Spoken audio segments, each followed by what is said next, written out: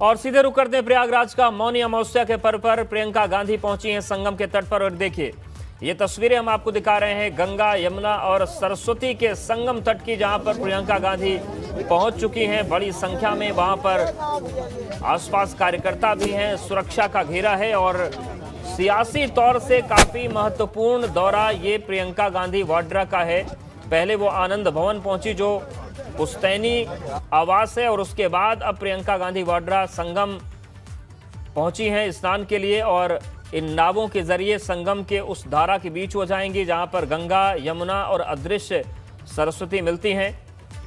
और उसके बाद जो मेला क्षेत्र है वहां पर वो पैदल चलेंगी। और ये भी जानकारी आ रही है कि शंकराचार्य से प्रियंका गांधी आशीर्वाद लेंगी। और कल की अगर हम बात करें तो सहारनपुर में उनका जो स्वरूप सामने आया था, सॉफ्ट हिंदुत्व वाली जो तस्वीर आई थी, एक बार फिर से वही तस्वीर सामने आ रही है।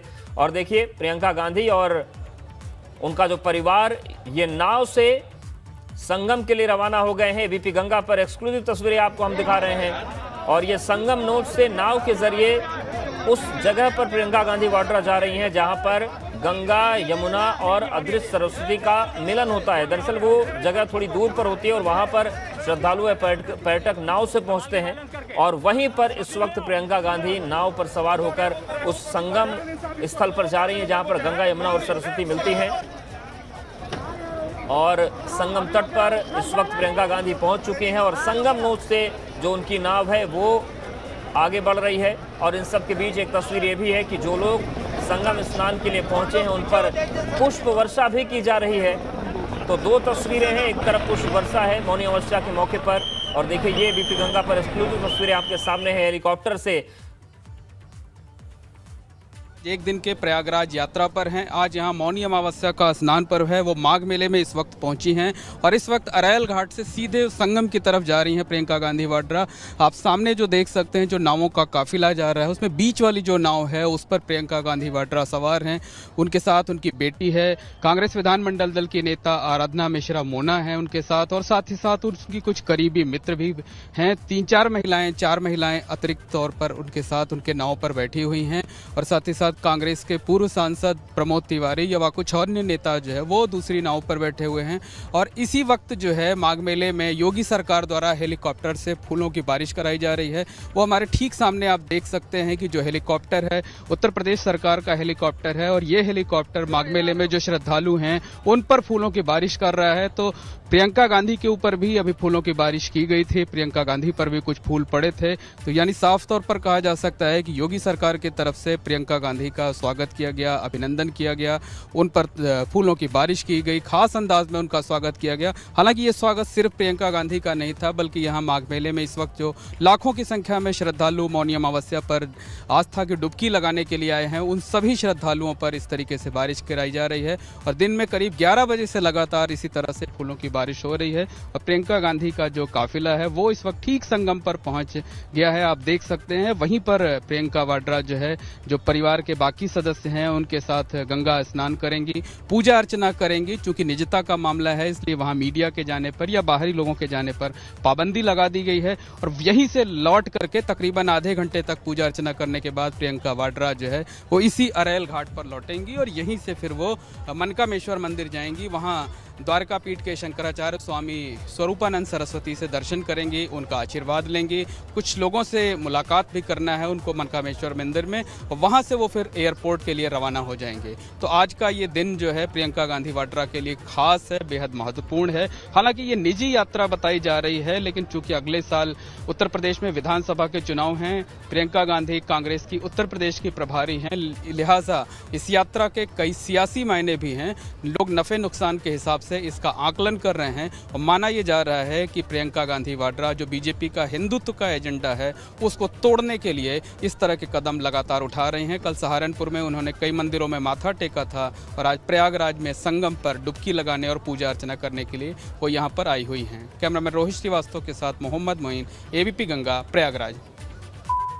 तो प्रयागराज के दौरे पर हैं प्रियंका गांधी वाड्रा, और जैसा कि मोइन ने बताया कि आराधना मिश्रा उनके साथ नाव में हैं, कुछ और करीबी हैं, और जो और आगे पीछे कुछ नाव चल रही हैं उसमें कांग्रेस के वरिष्ठ नेता हैं। सुरक्षा के तगड़े इंतजाम है। दो तस्वीरें आपके सामने हैं। पहली तस्वीर हेलीकॉप्टर से पुष्प वर्षा हो रही है और दूसरी तस्वीर प्रियंका गांधी वाड्रा संगम नोट से संगम तट पर जा रही हैं। संगम के उस धारा के बीच जा रही हैं जहां पर तीन नदियां मिलती हैं, गंगा, यमुना और सरस्वती। और गंगा स्नान, संगम स्नान के बाद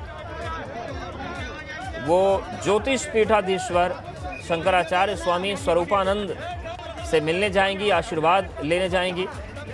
और जो कांग्रेस की बात करें, गांधी परिवार की बात करें, तो शंकराचार्य की पीठ के प्रति आस्था और श्रद्धा रही है। हालांकि सियासी मजबूरियों के चलते जो सॉफ्ट हिंदुत्व वाला मामला है उससे कांग्रेस भटकी थी, लेकिन 2014 के लोकसभा चुनाव के बाद जो रणनीतिकार थे कांग्रेस के, उन्होंने माना और ये कहा कि जो हिंदुत्व की बात है उससे कांग्रेस का छिटकना घातक साबित हो रहा है पार्टी के लिए। और उसी के बाद से पार्टी के जो तमाम नेता हैं वो हिंदुत्व और सॉफ्ट हिंदुत्व की तस्वीरें पेश करने की कोशिश करते हैं। फिर चाहे राहुल गांधी का मंदिरों में दर्शन करने का मामला हो, खुद को जनेऊधारी बताने का मामला हो, और चाहे प्रियंका गांधी वाड्रा का भगवा अंगवस्त्र ओढ़ने का मामला हो, रुद्राक्ष पहनने का मामला हो, या फिर शाकंभरी देवी के दर्शन के बाद संगम स्नान का मामला हो, तो सियासी तौर पर भी ये तस्वीरें काफ़ी महत्वपूर्ण हैं, आध्यात्मिक तौर पर भी ये तस्वीरें काफ़ी महत्वपूर्ण हैं। और जो सीधी तस्वीर हम आपको दिखा रहे हैं,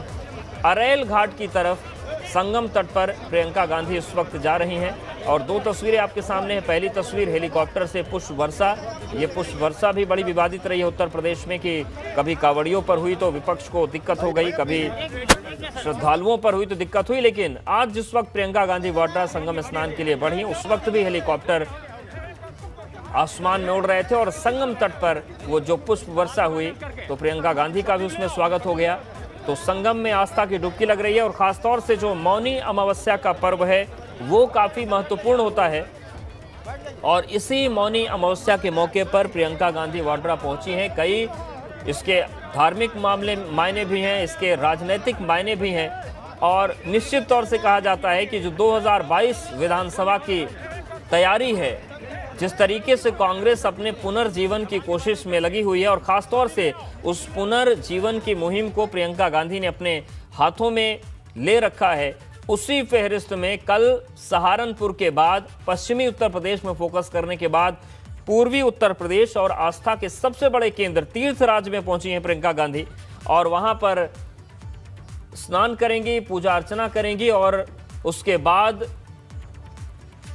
शंकराचार्य का आशीर्वाद लेंगी और मन कामेश्वर मंदिर में जाने की भी जानकारी मिल रही है। माना जा रहा है कि 2001 में जब सोनिया गांधी प्रयागराज आई थी तो उन्होंने मन्नत मांगी थी सरकार बनाने के लिए। 2004 में केंद्र में सरकार बनी थी और मन कामेश्वर मंदिर भी प्रियंका गांधी जा सकती हैं। मनोकामनाओं की पूर्ति करने वाले हैं मन कामेश्वर शंकर भगवान। और ये माना जा रहा है कि शंकराचार्य का आशीर्वाद लेने के बाद या उससे पहले मन कामेश्वर मंदिर भी प्रियंका गांधी जा सकती हैं। और ये जो तस्वीर हम आपको दिखा रहे हैं, सीधी तस्वीरें, ये संगम की है जहां पर प्रियंका गांधी वाड्रा पहुंची हैं और संगम स्नान करेंगी।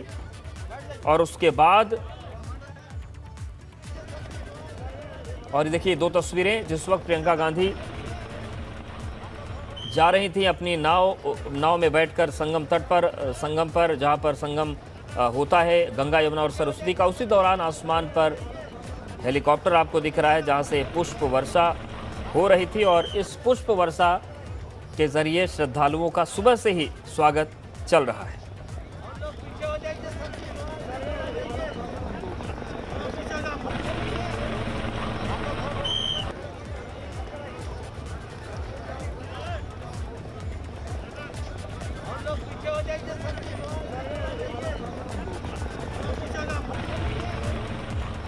तो दो तस्वीरें आपके सामने है। पहली तस्वीर, प्रियंका गांधी पहुंच चुकी हैं प्रयागराज में संगम नोट पर। संगम नोट से वो स्नान के लिए रवाना हो गई। हालांकि वहां पर मीडिया की जो मौजूदगी है उसको रोका गया है, सुरक्षा कारण भी हैं।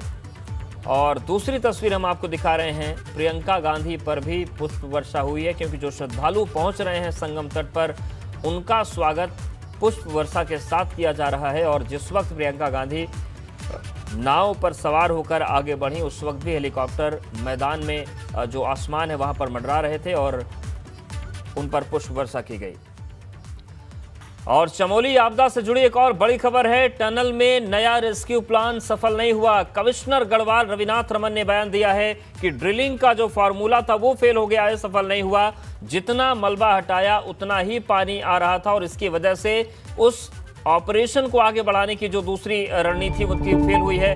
लेकिन रेस्क्यू ऑपरेशन जारी रहेगा जब तक कि पूरा मलबा हटा नहीं लिया जाता। टनल के पास प्रेस कॉन्फ्रेंस के दौरान कमिश्नर गढ़वाल रविनाथ रमन ने यह बताया। उनके साथ एनटीपीसी के अधिकारी भी मौजूद रहे। उन्होंने कहा कि ड्रिल का फॉर्मूला सफल नहीं हुआ, लेकिन रेस्क्यू ऑपरेशन जारी रहेगा।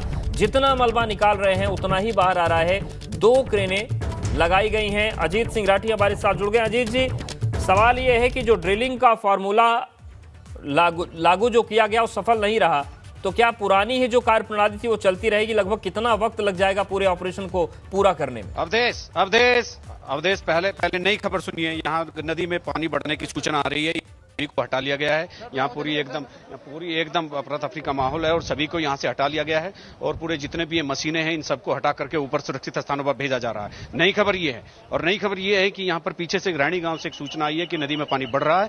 उस सुरक्षा के मद्देनजर सबको सुरक्षित स्थानों पर भेजा जा रहा है और इसीलिए चूंकि यहाँ पर पुलिस है, पैरामिलिट्री फोर्सेज है, साइंटिस्ट हैं, बाकी लोग हैं, मीडिया वाले लोग हैं, सभी को वहां से रवाना कर दिया गया है। जितनी मशीनें वहां रेस्क्यू कर रही थी सभी को उनको रोक लिया गया है और उनको वहां से हटाने के, चूंकि टनल में भी रेस्क्यू चल रहा था वो तत्काल इसी के मद्देनजर यहाँ से बंद कर दिया गया है। ये एक बहुत बड़ी खबर है। और चूंकि नदी का पानी आप देख रहे होंगे फ्लो भी इस समय बढ़ रहा है, तो वो कितना क्या कैपेसिटी होगी, कितना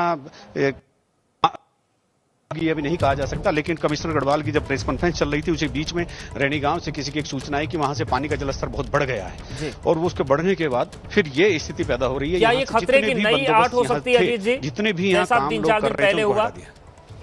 जी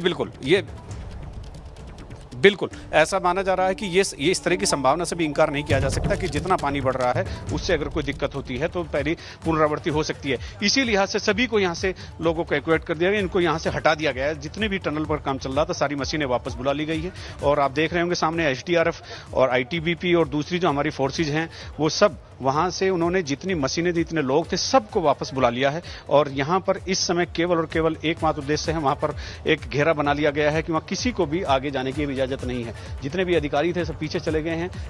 एसडीआरएफ, आईटीबीपी, एनडीआरएफ सभी ने अपना मोर्चा संभाल लिया है कि वहां एक भी व्यक्ति अब टनल के पास नहीं है, एक भी मशीन वहां टनल के पास नहीं है। जितने भी वहां लोग थे वहां सब उनको वापस हटा लिया गया। पुलिस लगातार देख सकते हैं आप इधर मेरी तरफ अगर देख सकते हैं, पुलिस सबको एक एक करके सबको पीछे हटा रही है, सबको यहाँ से जाने के लिए कहा जा रहा है। तो ये एक नए खतरे की आहट हो सकती है। बिल्कुल, ये चूंकि सूचना है, सूचना पर एक निर्भरता होती है, वो सही है गलत उसका आकलन बाद में होता है। बिल्कुल, तो क्या एक बार पानी मैं आपको फिर दिखा देता हूँ। जी पानी सुबह था वो नहीं है, उससे ज्यादा बड़ा हुआ। जी बिल्कुल, क्या जब ये सूचना आई है तो कोई एरियल सर्वे भी किया जाए? क्योंकि एक बार आपदा आ चुकी है तो आसपास के इलाकों को क्या एरियल सर्वे के तौर पर देखा जाएगा? कहीं ग्लेशियर टूटने जैसी घटना दोबारा तो नहीं हो गई? वो सारी चीजें अब उन सब चीजों पर काम चला। कमिश्नर गढ़वाल एनटीपीसी के अधिकारियों ने एबीपी एक एरियल सर्वे कर चुकी है। उसके बाद अध्ययन के बाद फिलहाल यहां से के लिए कह दिया गया।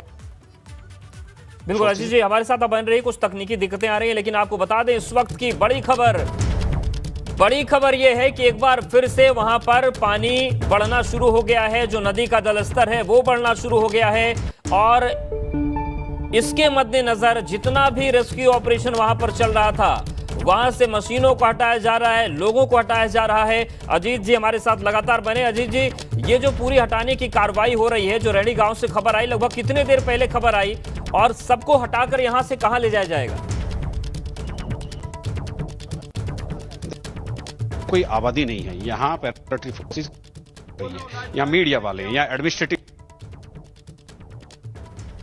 कर रहे हैं। जो लोग यहाँ रेस्क्यू कर रहे हैं उनको बचाना बेहद जरूरी है, इसलिए यहाँ से सबको सायरन बजाकर, एक अलार्म बजाकर सबको यहाँ से हटाया गया। सभी को यहाँ से माइग्रेट होने के लिए कहा गया कि वो पीछे जाएं, सुरक्षित स्थानों पर जाएं और यहाँ पर कोई व्यवधान पैदा ना करे, ताकि जो सुरक्षा की दृष्टि से जो भी एक माध्यम अपनाए जाते हैं उनमें किसी तरह का कोई व्यवधान ना हो। इसीलिए यहाँ से सभी लोग दूर चले जाएं और यहाँ पर किसी तरह का कोई व्यवधान न डालें, क्योंकि सिस्टम को काम करने के लिए एक प्रॉपरली एक माहौल चाहिए होता है। अगर भीड़ यहाँ रहेगी और पानी बढ़ता रहा तो फिर न कोई किसी तरह का खतरा पैदा हो सकता है। उसी संभावित खतरे से बचने के लिए अभी सभी को यहाँ से हटा दिया गया है। बिल्कुल, तो इस वक्त की बड़ी खबर आपको बता दें, चमोली आपदा से जुड़ी बड़ी खबर यह है कि रैणी गांव से एक सूचना आई है कि वहां पर पानी बढ़ रहा है और इसके बाद एहतियातन लोगों को हटाया जा रहा है। अजीत जी, सवाल यह है कि जिस तरीके से परिस्थितियां बन रही हैं, इसमें अब दोहरी चुनौती है प्रशासन के सामने की कि कब ये पानी का स्तर घटना कम हो, कब ये धारा कम हो और उसके बाद दोबारा रेस्क्यू ऑपरेशन शुरू हो, क्योंकि उसकी रफ्तार पहले से ही धीमी है। अभी देखिए अवधेश, 1-8 घंटे का समय लगेगा परिस्थितियां क्लियर होने में। रैणी गांव से कितना पानी है, क्या है, उसकी कितनी मात्रा है, कितनी क्वांटिटी है। फिलहाल तो यहाँ सुरक्षा के बंदोबस्त के लिए ये मूवमेंट किया गया है। अभी 1 घंटे के बाद पता चल जाएगा। रैणी गांव यहाँ से बहुत दूर नहीं है, 6-7-8 किलोमीटर का फासला है और वो नदी लगातार बह रही है, तो उसमें थोड़ी देर बाद पता चल जाएगा कि पानी का जलस्तर किस तरह से बढ़ रहा है और परिस्थितियां विकट हो सकती हैं सामान्य से।